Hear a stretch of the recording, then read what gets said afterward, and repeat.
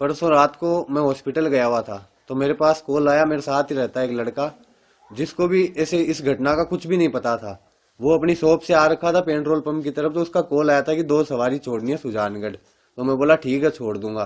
फिर मैं घर पे आके वाइफ को ड्रॉप करके हम हॉस्पिटल गए हुए थे। ड्रॉप करके फिर वापस गया था, तो वहां से वो पीछे वाली सीट पे बैठ गए थे दोनों।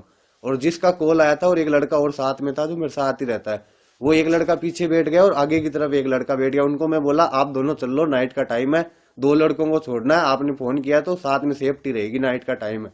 तो हम चले गए। फिर उन्होंने 1500 रुपये पेट्रोल पंप पे दे दिए हमें, लाडनू पुलिया के पास में जो पेट्रोल पंप है डीरवाड़ा में, वहां पे दिए। तो मैंने तेल डलवा के वहां से फिर सुजानगढ़ की ओर रवाना हो गए।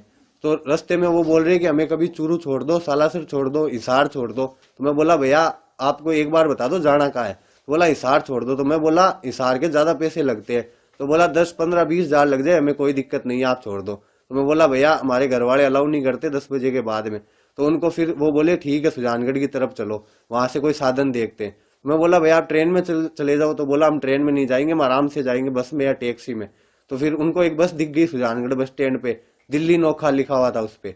तो वहीं उन्होंने गाड़ी रुकवा ली और उसी बस की तरफ वहां कंडक्टर से बात करने लग गई कि हमें हिसार जाना है।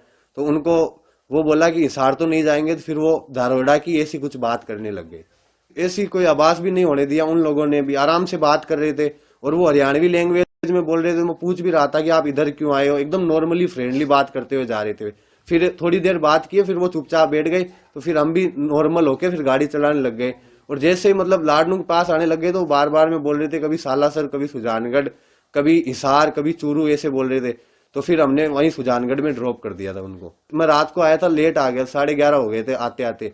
तो दूसरे दिन जब मैं उठा था तो हमारे शॉप पे कोई नहीं गया था। तो मैं बोला गए क्यों नहीं। तो बोला आज मार्केट बंद है, किसी का हत्याकांड हुआ है वहां पे। तो मैंने न्यूज देखी थी, वीडियो देखे थे स्टेटस पे।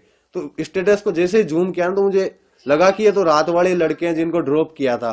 तो फिर मैंने अपने घर पे बताई थी सारी घटना की ऐसा हुआ था और इनको मैं ड्रॉप करके आया था। फिर घर वालों ने मुझे, कजन अंकल है उनके पास में भेजा था, तो वहां कोई नहीं था। फिर मैंने शाम के टाइम 6 7 बजे करीब अंकल को कॉल लगाया, मैं ऐसी बात है क्या करूं। तो उन्होंने बोला कि पुलिस की हेल्प करनी चाहिए तुझे, थाने में चला जा सीआई साहब के पास में।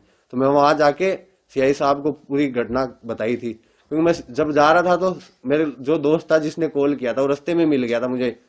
तो उसके पास में खड़ा था, तो वहां पुलिस की गाड़ी आई थी और हम दोनों को वहां से एसपी ऑफिस ले गई। मैं रात को आया था, लेट आ गया, 11:30 हो गए थे आते आते।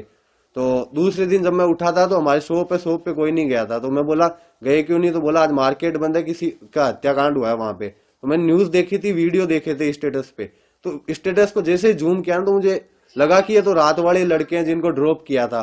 तो फिर मैंने अपने घर पे बताई थी सारी घटना की ऐसा हुआ था और इनको मैं ड्रॉप करके आया था। फिर घर वालों ने मुझे, कजन अंकल है उनके पास में भेजा था, तो वहां कोई नहीं था। फिर मैंने शाम के टाइम 6 7 बजे करीब अंकल को कॉल लगाया, मैं ऐसी बात है क्या करूं। तो उन्होंने बोला कि पुलिस की हेल्प करनी चाहिए तुझे,